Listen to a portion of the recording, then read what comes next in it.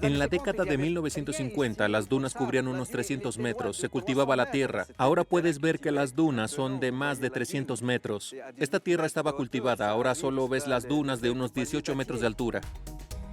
En Marruecos y Senegal, una disputa necia y decisiva se pelea en contra de la desertificación. Los oasis forman una barrera ecológica entre el gran desierto y el Mediterráneo. Eso lo hace de una gran importancia global. Si este ecosistema es destruido, la desertificación se moverá al norte y afectará a Europa. Es una terrible situación. Debemos ganar tierra al desierto. El objetivo es reconquistar y restaurar 817,000 hectáreas de tierra. Para hacerlo, decidimos construir la Gran Barrera Verde, plantando de 1.700.000 a 2 millones de plantas cada año para recuperar franjas del desierto. Sahara, reconquistando tierras perdidas.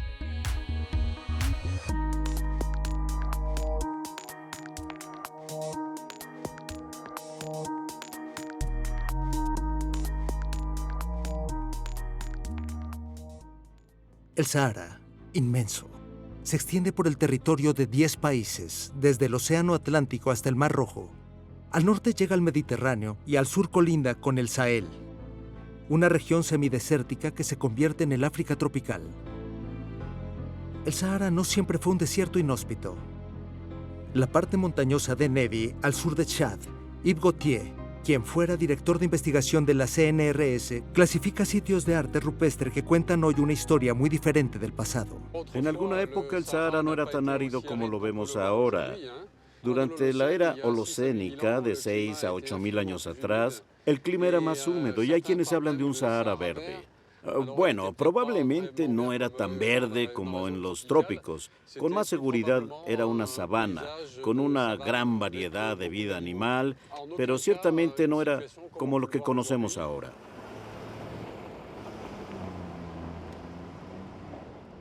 Sí, es un camino un poco difícil, pero ya ves que vale la pena. Una vez que llegas, hay cosas muy bellas.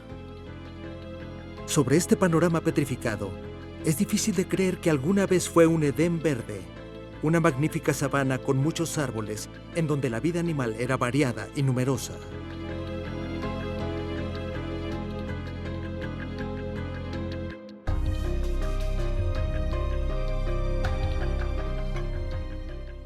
Este es uno de los cerca de 800 refugios que he encontrado en Ennedi. Y en sus paredes aparece un mensaje. Tú puedes ver la presencia de ganado, que muestra que esa gente eran pastores.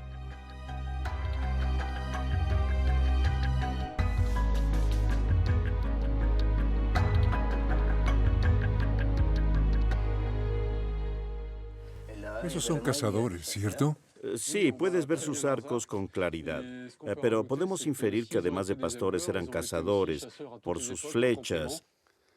Parece que usaban este tipo de flechas. Puedes ver, hay muchos ejemplos de que venían principalmente del desierto, de diferentes países, saharís, Mauritania, Libia, Argelia, y algunas veces en grandes números, que muestra lo importante que era la caza en esa época. Cazaban todo tipo de animales, incluyendo elefantes, suros, pequeños antílopes y hasta aves. Este es un fuerte contraste con la situación actual que nos demuestra que el Sahara fue todo un vergel y no era desierto, todo era verde.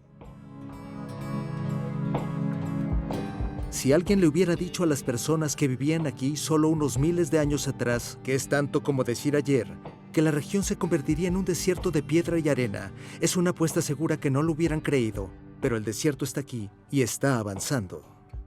Las plumas que se encuentran alrededor, como esta, están diseminadas alrededor de un promontorio. Una hipótesis válida es que los pastores se asentaron aquí cuando este promontorio estaba rodeado por un lago, como una península.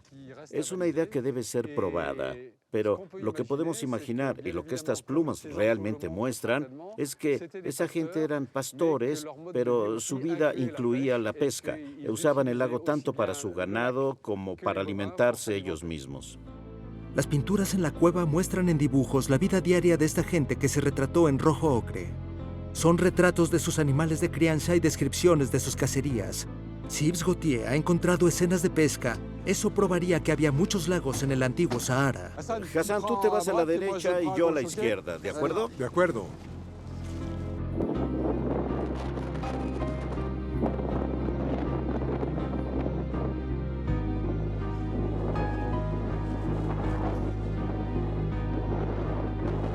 ¡Hassan! ¡Wow! Esto es increíble.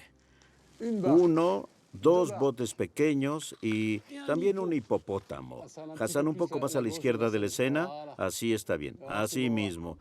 Eso es perfecto. Esta cueva acogió a los pescadores y sus botes pintados en la piedra. Es un poco impactante encontrar botes en este refugio actualmente, especialmente cuando miras alrededor en este árido contexto. De 8 a 10,000 años atrás, el lago era mucho mayor. Puedes ver que abarca a la distancia unos cientos de metros desde aquí. El tamaño es increíble. Es 20 veces más grande de lo que es ahora. Aquí en el iPad hay cualquier cantidad de imágenes de satélite que muestran claramente cómo ha cambiado el lago Chad desde la década de 1960 y puedes ver, conforme pasan las imágenes, cómo se ha reducido el lago. ¿Piensas que desaparecerá completamente? ¿Desaparecerá? Sí, desaparecerá. Bueno, verás, si el clima continúa calentándose, como vemos ahora, será muy probable en una década o 2 y el lago habrá desaparecido completamente. ¿Crees que Chad será totalmente un desierto? Bueno, por desgracia tememos que si el clima continúa evolucionando como hasta ahora, es muy probable que el sur de Chad se convierta en un desierto también. Algunos expertos predicen que si el lago Chad desaparece, toda la región se verá como este paisaje. 20 millones de personas tendrán que ir al exilio. A varios miles de kilómetros de aquí, en el noroeste, los grandes lagos que alimentan los oasis del sur de Marruecos están también secándose.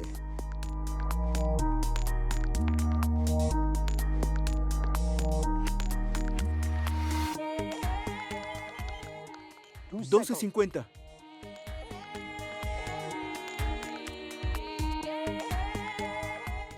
Aquí en esta cuenca es donde se encontraba un gran lago, que estuvo lleno de agua. Tenía entre 3 y 5 metros de profundidad, en donde me encuentro ahora. Ahora está seco y la principal razón de ello es la evaporación. Los pronósticos meteorológicos para esta parte de Marruecos señalan un incremento en la temperatura, así que ese incremento es una presión adicional sobre los recursos acuíferos que ya son precarios.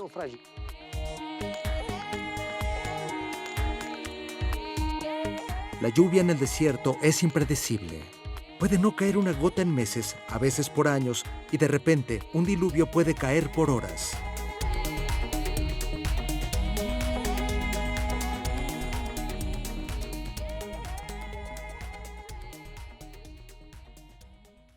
El lago está lleno ahora al 100%. Eso es gracias a las 3 últimas inundaciones que lo llevaron a este nivel.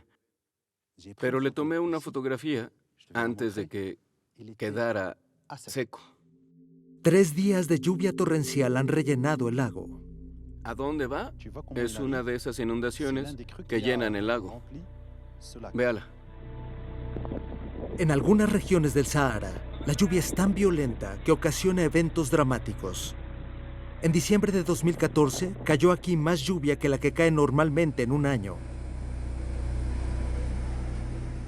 El cauce desbordó brutalmente sus márgenes y más de 30 personas fueron arrastradas por la corriente y se ahogaron. Esto causó daños de cientos de millones de euros. Miles de casas fueron destruidas, caminos cortados y la red eléctrica seriamente dañada.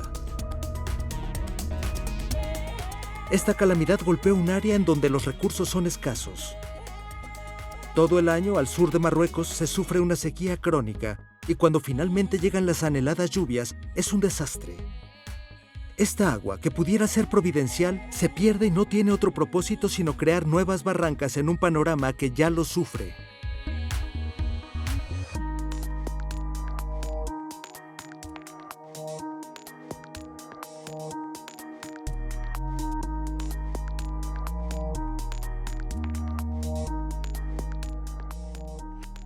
En los últimos años, un número de presas de agua de lluvia se han construido para crear reservas.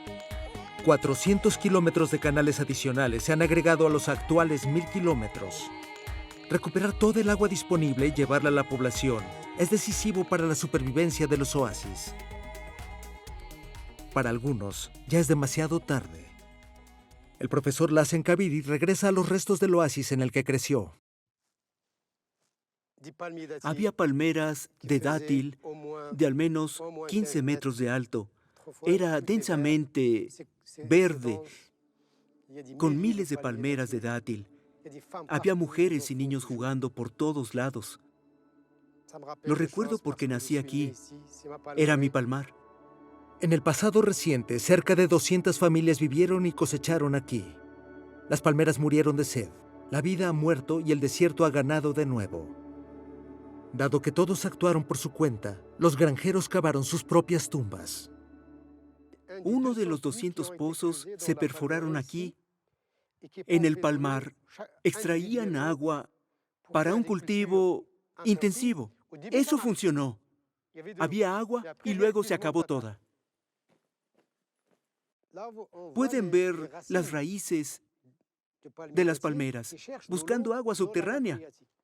El bombeo mecánico drenó el agua del subsuelo automáticamente y las palmeras murieron. La cadena de oasis formaba una barrera que por mucho tiempo contuvo al desierto.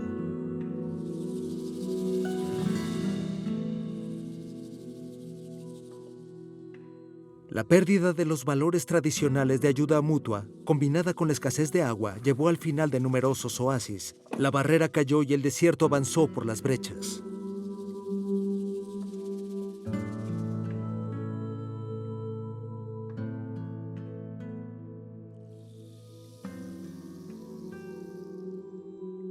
Mohamed Bahadi, coordinador del proyecto Programa del Oasis del Sur, ha hecho algunos alarmantes descubrimientos. ¿Cómo fue que sucedió esto? ¿Cuántas personas vivían aquí? Primero vino la sequía y entonces llegó la arena. Puedes ver, las palmeras están muertas, rotas. ¿Y luego qué pasó? Antes abundaban las palmeras, había agua y vivían bien. A principios de los 70 había unas 100 familias, ahora solo quedan 4. Y a principios de los 70 había una familia, 100 familias, ahora solo quedan 4. ¿Y luego a dónde se fueron? Bueno, todos se fueron a Agadir, a los pueblos grandes.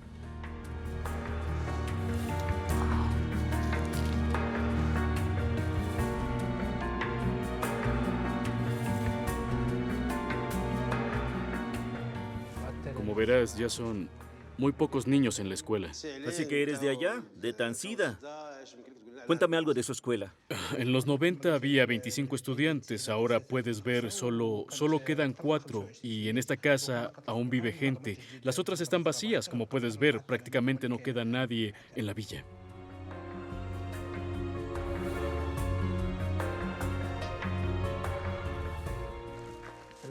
Todo está vacío.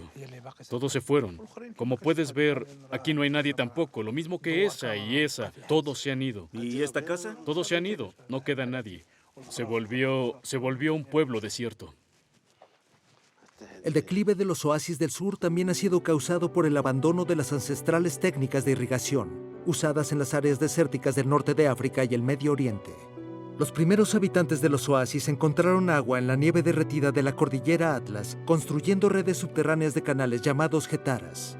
Sin mantenimiento, muchos de estos canales se taparon, y ahora el agua de la cordillera Atlas no baja. El profesor Magdan está en campaña activa para reparar el sistema de irrigación. Aquí donde estamos parados, hay un campo de jetaras por unos 12 kilómetros. Pueden verse a nivel satelital. Esas jetaras fueron excavadas hace siglos y permitieron la irrigación de los palmares por debajo de ellos. Muchos de estos canales subterráneos fueron excavados hace 3 siglos. El más antiguo tiene más de 3000 años. Si son limpiados regularmente y reforzados en donde haga falta, pueden irrigar parcelas de tierra.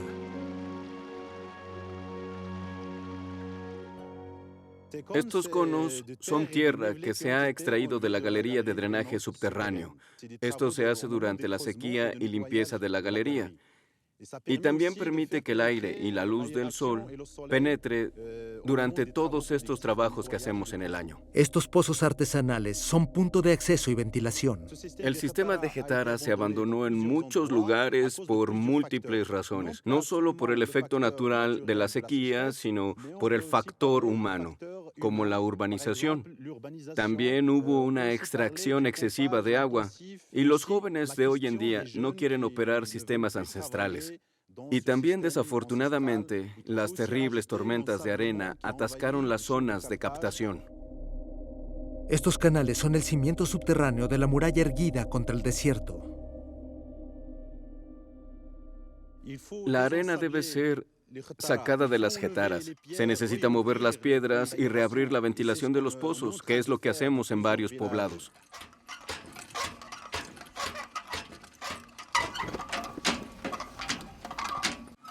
Lo que estamos haciendo es limpiar la getara. Empezamos hace 3 días. ¿Y de cuántos metros es? Este pozo como unos 18 metros. Descender más de 18 metros en un pozo de no más de 1 metro de ancho es impresionante. La SEM prefiere dejar a Mahmed Magdan, que está acostumbrado a ello, a que los guíe. Con cuidado. Vamos. Un poco más de cuerda. Bien. Cuidado a un lado. ¿Falta más? Más lento. Justo aquí no hay más de 20 centímetros de agua, pero cuando hay buen flujo, el agua llega aquí, alcanza la altura del hombre. Aquí, si hay alguna inundación o lluvia excesiva, el agua puede regresar a su nivel normal. Con cuidado, ya casi llegas. Con cuidado, no te vayas a golpear en la cabeza. Llegué. Ya me ha pasado varias veces. Este trabajo es elemental, se hace con herramientas rudimentarias. No tienen ningún tipo de explosivos ni dinamita, solo son picos y palas, como se hacía antes. ¿Y hasta dónde llega? Como unos 3,5 kilómetros. El objetivo de mi investigación es convencer a los granjeros y a los habitantes de los oasis a que mantengan este sistema y obtengan agua sin agredir a la naturaleza. Es adaptarse al sistema del oasis, adaptarse al clima y adaptarse al trabajo, ya que es una labor colectiva que da el derecho a tener agua para irrigar la comunidad.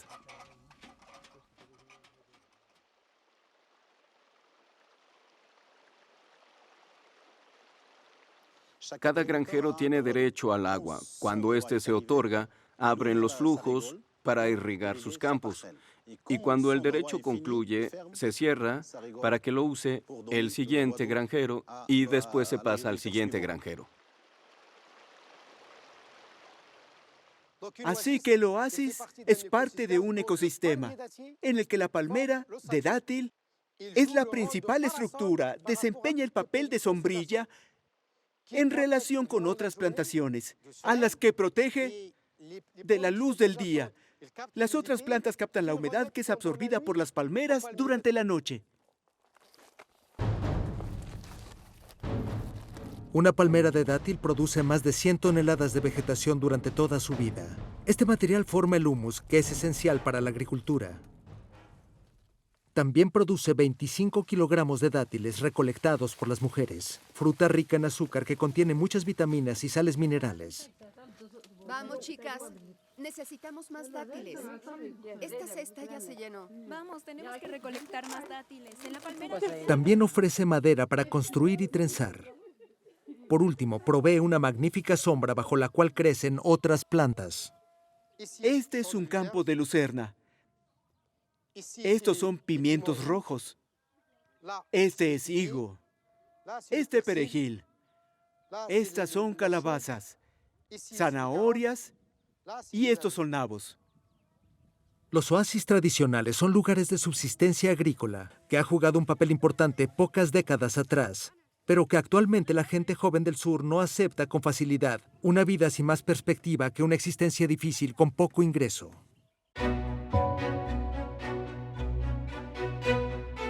La creciente popularidad de la alcaparra que se usa como condimento El reciente interés por el aceite de argán usado para cosméticos, la reevaluación del higo berbere o la miel de abeja silvestre, así como la fascinación de la henna orgánica y las técnicas modernas de irrigación, abren nuevas perspectivas.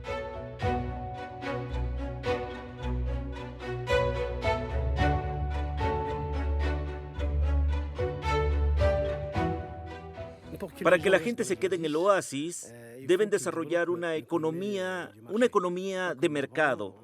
Esto no es como antes, cuando trabajaban solo para subsistir, porque ahora los granjeros están desarrollando productos de valor agregado para ganar dinero y permanecer aquí. De otra forma, la gente dejará el oasis y el desierto seguirá moviéndose. Actualmente en el oasis se cultiva mucha henna orgánica y se irriga por sistemas de goteo que son costosos de instalar, pero económicos de usar. Es cierto que la henna es una planta que requiere de mucha agua, pero estamos buscando un compromiso entre el productor, que la vende bien, y el agua disponible en el oasis.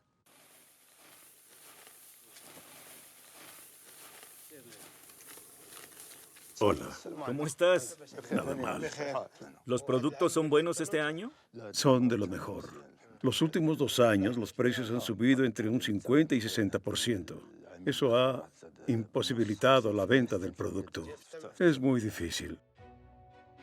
Pese a los altos precios, la henna orgánica es más y más demandada para cosméticos, para suavizar y embellecer la piel, para limpiarla, pintar el cabello o decorar manos y pies con tatuajes temporales.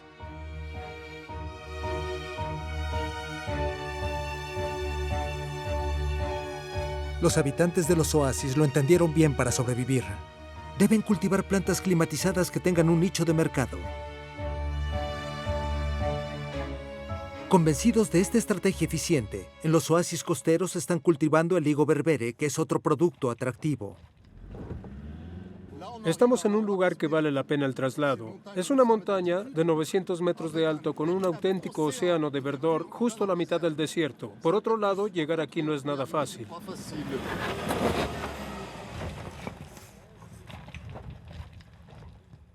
En el centro del desierto, donde no caen más de 100 milímetros de lluvia al año, hay un bosque verde. El cactus capta la humedad del aire que viene del mar, que está a 20 kilómetros de aquí. La humedad se levanta y llega hasta aquí. El cactus tiene pequeños poros que se abren a voluntad y le permite absorber el agua. Actualmente, esta planta despreciada con terrible reputación se ha redescubierto como un recurso natural y aún no sabemos qué más puede darnos. Con este cactus se puede hacer de todo, porque es principalmente madera.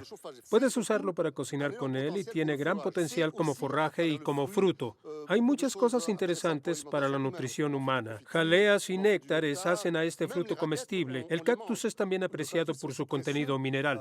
Tiene un 60% de omega 6 que tiene propiedades anti-envejecimiento.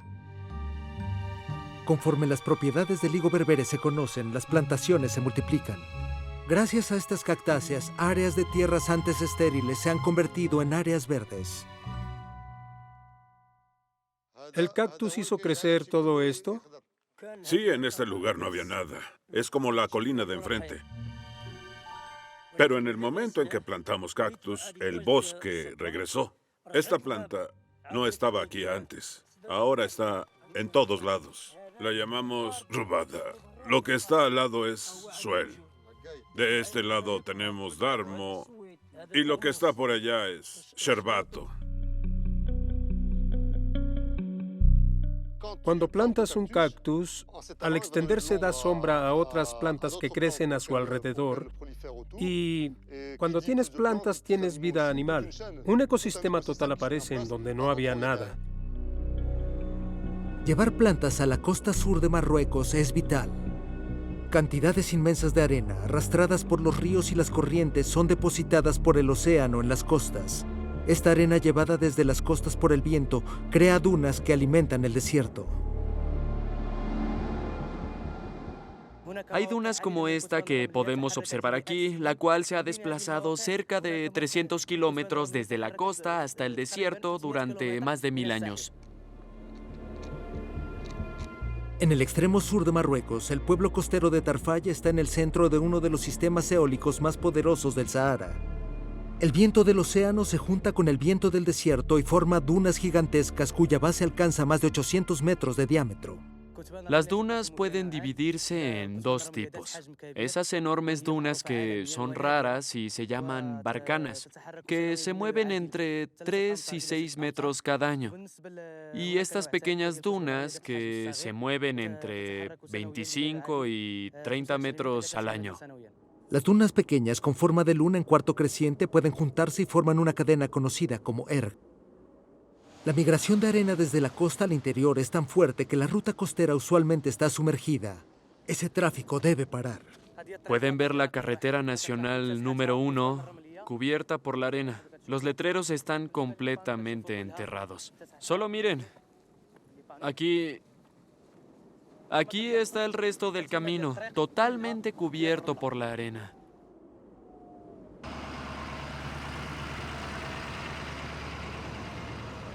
El camino costero es vital para el sur. Cada mañana excavadoras regresan a su interminable trabajo.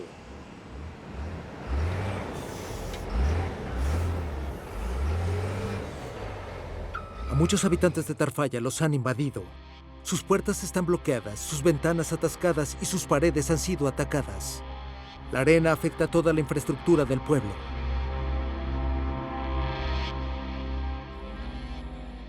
A pocos cientos de kilómetros al noreste, el poblado de Mahamid, cerca de la frontera con Argelia, trata de sobrevivir al ataque que ya ha destruido la mitad de sus viviendas. Como muchos de sus vecinos, Slimane se ha mudado muchas veces para escapar de ser sepultado.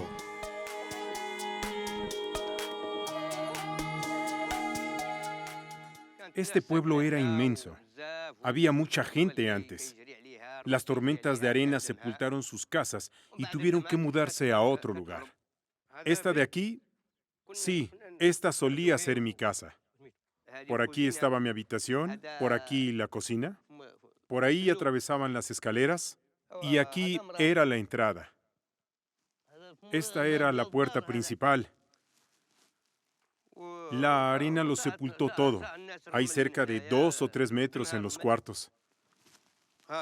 La gente trató de escapar, pero la arena los capturó. Los vientos eran muy fuertes. La arena acabó por sepultarlo todo. En Mahamid, el viento es menos violento que en Tarfaya, pero aún así sopla más de 300 días al año.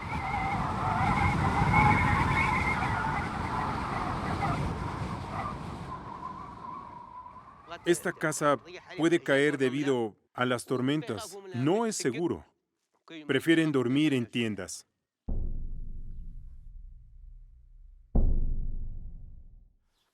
A las tormentas de arena les toma únicamente 2 días llegar aquí. Solo 2 días. Eso es poco tiempo. El viento arenoso nos sigue de aquí hasta acá, y eso es lo que ocasiona que se caigan las paredes. Toda la aldea está en riesgo. Todas nuestras casas están en riesgo de caerse. Las tormentas de arena nos obligan a irnos. Esta es la puerta de la última casa de Slimane. ¿Cuánto más podrá vivir aquí? Invade los lugares donde vivimos. Es muy molesto. Nos sigue a todas partes. Miren esto, miren esto. La arena bloqueó mi puerta. No puedo entrar a mi casa. Miren, está totalmente bloqueada. Es imposible entrar. La arena nos está ganando.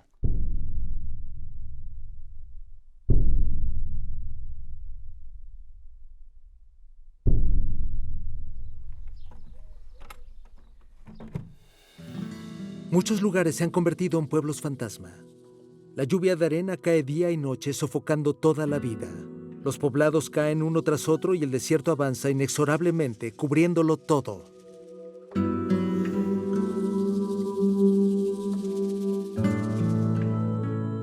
Una técnica conocida como cuadras de palmeras ha probado ser efectiva. Frente a una zona que necesita ser protegida, cercas de palmeras son colocadas en la dirección en la que sopla el viento. Esto detiene la arena, la cual es llevada a niveles superficiales, cae ahí y se recoge antes de llegar a la zona protegida. La arena avanza 19 metros cada año contra este invasor. Hay dos métodos que funcionan aquí. Combatimos usando cuadras de palmeras con ramas de las palmeras de dátil, pero que solo duran unos 10 años. Además de eso, estamos intentando plantar árboles de tamaris, usando jarros de cerámica, porque retienen humedad y los retoños pueden crecer como árboles grandes que pueden detener la arena. Con esto estamos buscando crear un enorme cinturón verde que resista mucho. Mantener los bloques de palmeras necesita mucho trabajo, y cuando el regreso a la agricultura es precario, los habitantes del oasis se dan por vencidos. En la Escuela de Arquitectura de Rabat, el arquitecto Carlos Pérez busca una alternativa. Hemos tratado todo para contener la arena, así sean platos de cartón, estacas de madera con redes, palmeras, hasta paredes de tierra. Hemos visto que nada de lo que intentamos funciona. Hasta ahora, la arena ha sobrepasado cada obstáculo en su camino. Pero Carlos Pérez Martín no se rinde. Zona contra la desertificación. El objetivo es establecer un sistema con barricadas colocadas en un terreno rodeado para adaptarse a la forma de las dunas a gran escala. Esta gran escala también nos permitirá colocar departamentos adentro, dado que las dunas se elevan por 7 u 8 metros. Necesitamos levantar edificios con pasillos muy estrechos y patios pequeños. Eso es solo para protegerse contra el calor. Los bloques de brisa producidos industrialmente son fáciles y rápidos de colocar y han sustituido las técnicas tradicionales de construcción.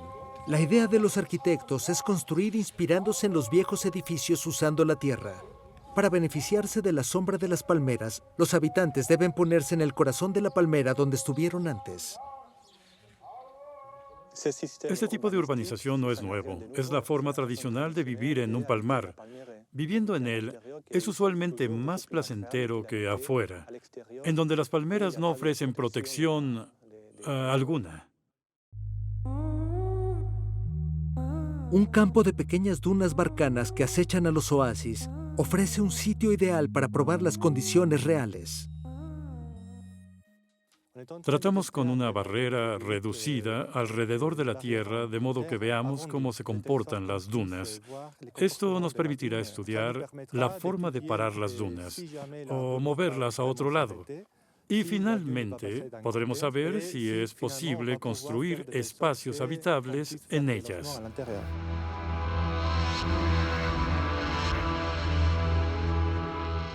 Nuestro arquitecto, Magnus Larsson, propuso trabajar con bacterias para solidificar los granos de arena. Una vez solidificados, podemos empezar a trabajar desde el punto de vista arquitectónico, de modo que hagamos espacios habitables para la gente que tiene pensado vivir aquí.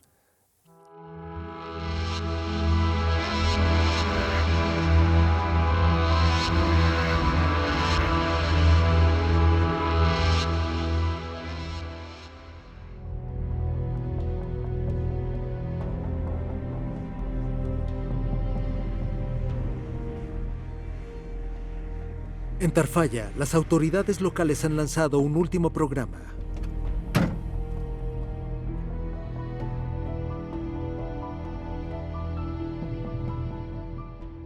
Aquí en Tarfaya, 800,000 toneladas de arena vienen desde el océano y caen en nuestro pueblo cada año. Permíteme demostrarte lo que le hacen las tormentas a nuestro pueblo cada año. Puedes ver aquí la pared que levantamos para detener la arena. Necesita elevarse por 6 metros.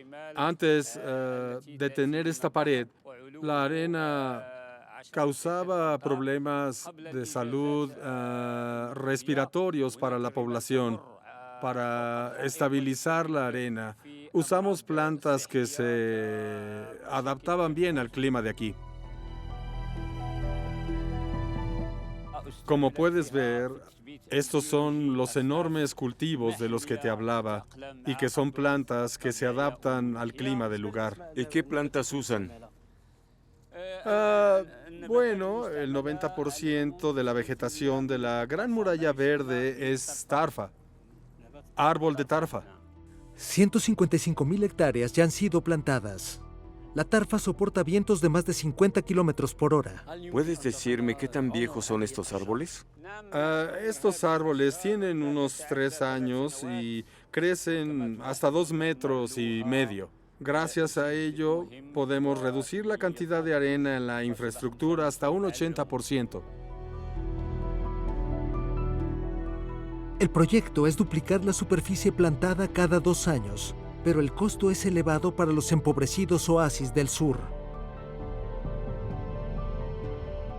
¿Esto significará rendirse frente al desierto?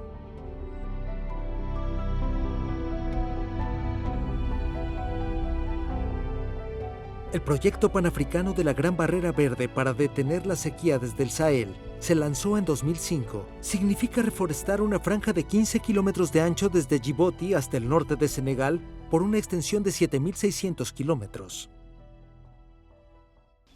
Hasta ahora, solo Senegal se ha comprometido con este gran proyecto. La zona del Sahel se dedica principalmente al pastoreo para grandes manadas de ganado, ovejas y cabras. En tiempo de sequía, el ganado pasta en subsistencia. Mientras esperan el crecimiento con la temporada de lluvias, que solo dura 2 meses, el suelo completamente descubierto no tiene protección.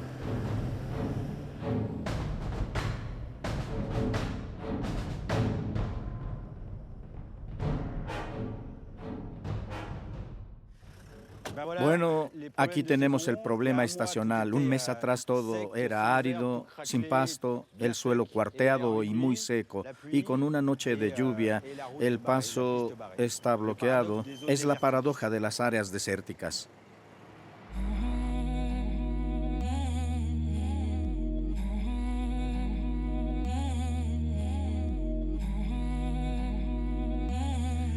La violencia de las tormentas puede engañarnos.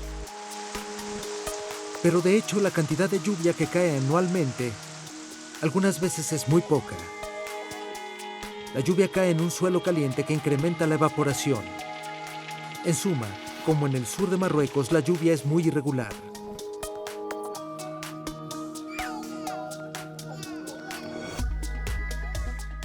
En algunos poblados se han construido grandes presas para captar el agua de lluvia.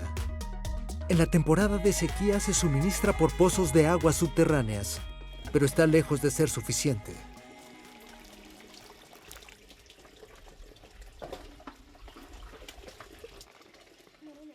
Hoy hay un solo auto, pero meses atrás había cerca de 40 buscando abastecer a todos los pueblos.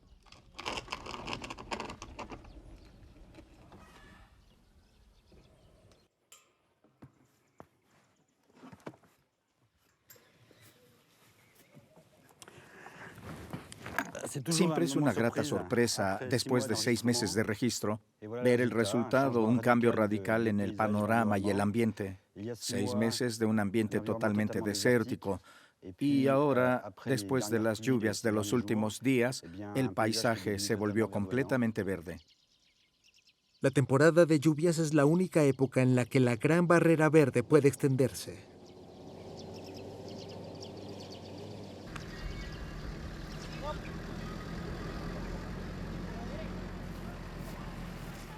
Estas son plantas no irrigadas. Deben ser plantadas cuando hay humedad porque cuando está seco puede ser muy tarde y tenemos mucho terreno por cubrir. Tenemos un mes para terminar de plantar toda esta área.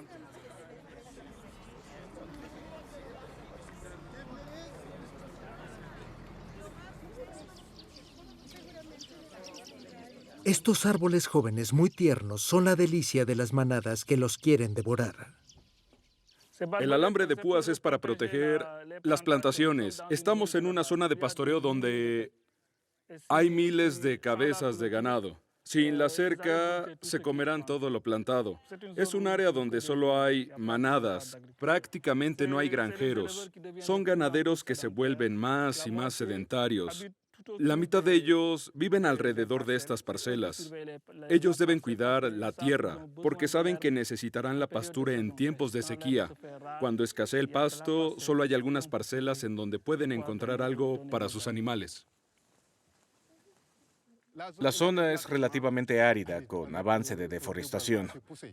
Cuando piensas que fue hace unos 5 años cuando empezamos, y lo ves ahora, ves en lo que se ha convertido, es de alguna forma alentador.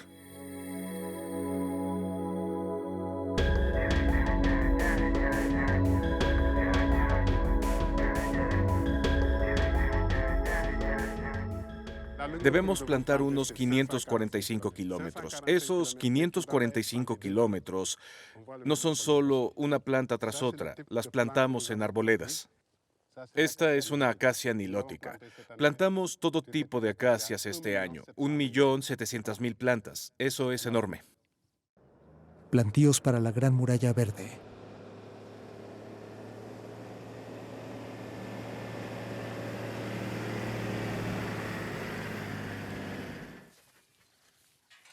Estamos en una de las más viejas plantaciones que formaron la Gran Barrera Verde después de 8 años. Tenemos plantaciones de este tipo de árboles que se adapta bien a las condiciones de sequía. Estos árboles fueron escogidos porque los usa la población local. Por ejemplo, la acacia senegal, de donde se extrae la goma de acacia, se usa como medicina o alimento. Estas propiedades que los pobladores locales utilizan, medicinales y de alimento, son las que permiten que los locales conserven estas plantaciones por largo tiempo. Sobre todo, las manadas respetan los recintos. Aún así, aquí o allá, el ganado hambriento hace huecos en la cerca. La quema tradicional para el cultivo ha sido prohibida. Se ha hecho un contrafuego alrededor de cada parcela. Una vez protegido, el ecosistema renace.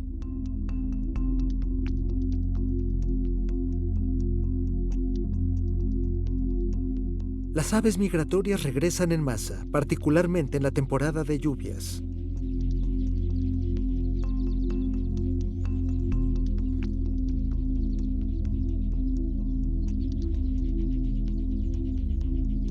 Cerca del 20% de los árboles plantados no crecen, pero es un porcentaje aceptable para una región árida. La Agencia de la Gran Muralla Verde cuenta con 7 viveros en donde miles de árboles esperan ser plantados. Sin embargo, los científicos quisieran fortificar la resistencia de las plantas jóvenes. Apuestan sobre experimentos recientes que han funcionado en los laboratorios. Aquí tenemos las acacias, listas para plantarse en la Gran Barrera Verde, para ayudarlas a crecer y adaptarse a un ambiente relativamente hostil en pocos meses, en el que no tendrán una gota de agua por 10 meses. Es un hongo que ayudará a resistir esas condiciones adversas en los próximos 10 meses. Los hongos comestibles son solo visibles en parte. Sus filamentos se desarrollan bajo tierra sobre áreas muy alejadas. Conforme se desarrolla el hongo, establecerá una suerte de red en el suelo que le permita vincularse e interactuar con diferentes plantas. Árboles y hierbas intercambian nutrientes más fácil en medio de diferentes tipos de plantas.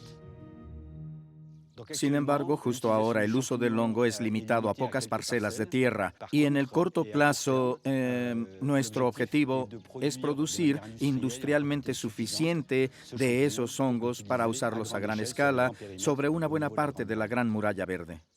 Justo tomaremos las plantas de esos 2 lotes tratados con los hongos.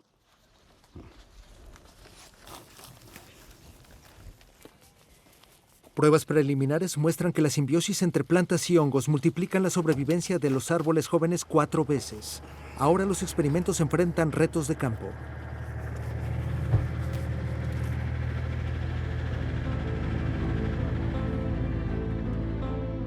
Muchos pastores se han asentado en áreas alrededor de la Gran Muralla Verde. Los guardabosques trabajan con ellos para reclutar una fuerza de tarea eventual y para recolectar información, especialmente sobre cómo se sienten.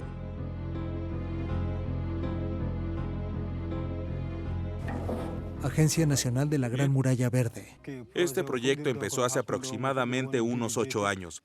Me gustaría conocer su opinión y saber si encuentra las cosas positivas o negativas. Lo que quiero es que entiendas que solo busco trabajo, Pero cuando este proyecto ofrece trabajo por varios meses y dejas atrás tus ovejas y cabras y burros, trabajas duro y al final del mes no te pagan y así sigue por 5 o 6 meses, ¿tiene caso trabajar en esto?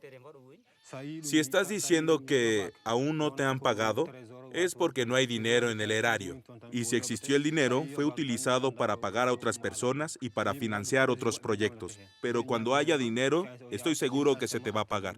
Bien. Pese a los recurrentes problemas de fondeo que han impedido el pago de salarios promedios, los pastores se han vuelto más sedentarios en los últimos años. Aquellos aún nómadas vuelven a su país en la temporada de lluvias.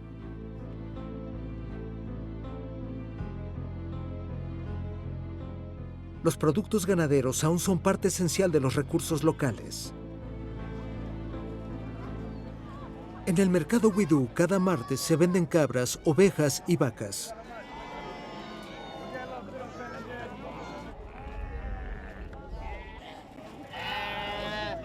Mientras la Gran Muralla Verde se construye para contener la arena, la intención es también combatir la pobreza y diversificar las fuentes de recursos para la población local. La creación de jardines ayuda. Estos espacios están reservados para las mujeres que los usan para comerciar jardinería y horticultura. Obtienen ingresos de ello y diversifica el trabajo. Dicen que cambian sus hábitos alimenticios. No es como antes.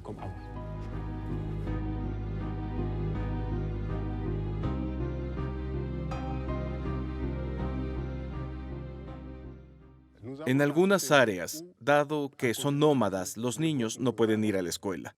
Cuando empezamos a actuar aquí, la gente empezó a establecerse y la escuela fue reabierta debido a que los jóvenes que alguna vez se movieron pastoreando a sus animales se quedaron. Planto un árbol. La Gran Muralla Verde. Muéstrenme qué está bien y qué no está bien. ¿De acuerdo, niños? ¿Qué no está bien? Es el desierto.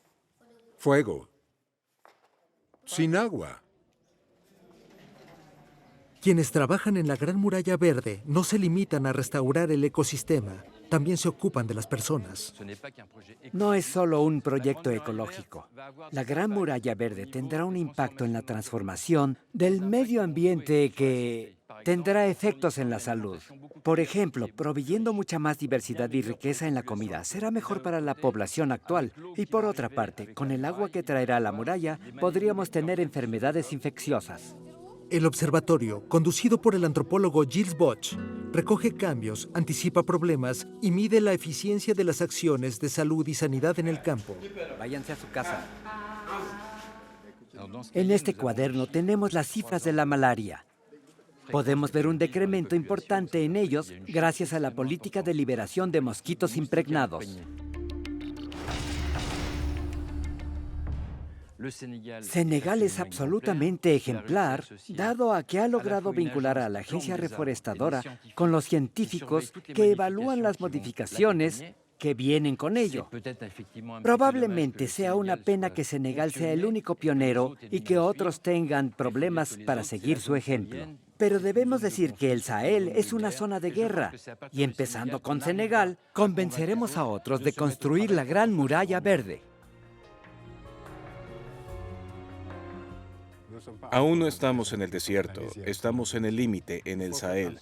Tenemos que asegurarnos que la desertificación no llegue a las tierras de Sahel y contra lo que luchamos. No hay utopías. Cuando toda la población de un área está en movimiento, debemos tratar algo para mantenerlos en su lugar y ese es el reto. El programa Oasis de Marruecos y la Gran Muralla Verde de Senegal muestran que la desertificación puede detenerse.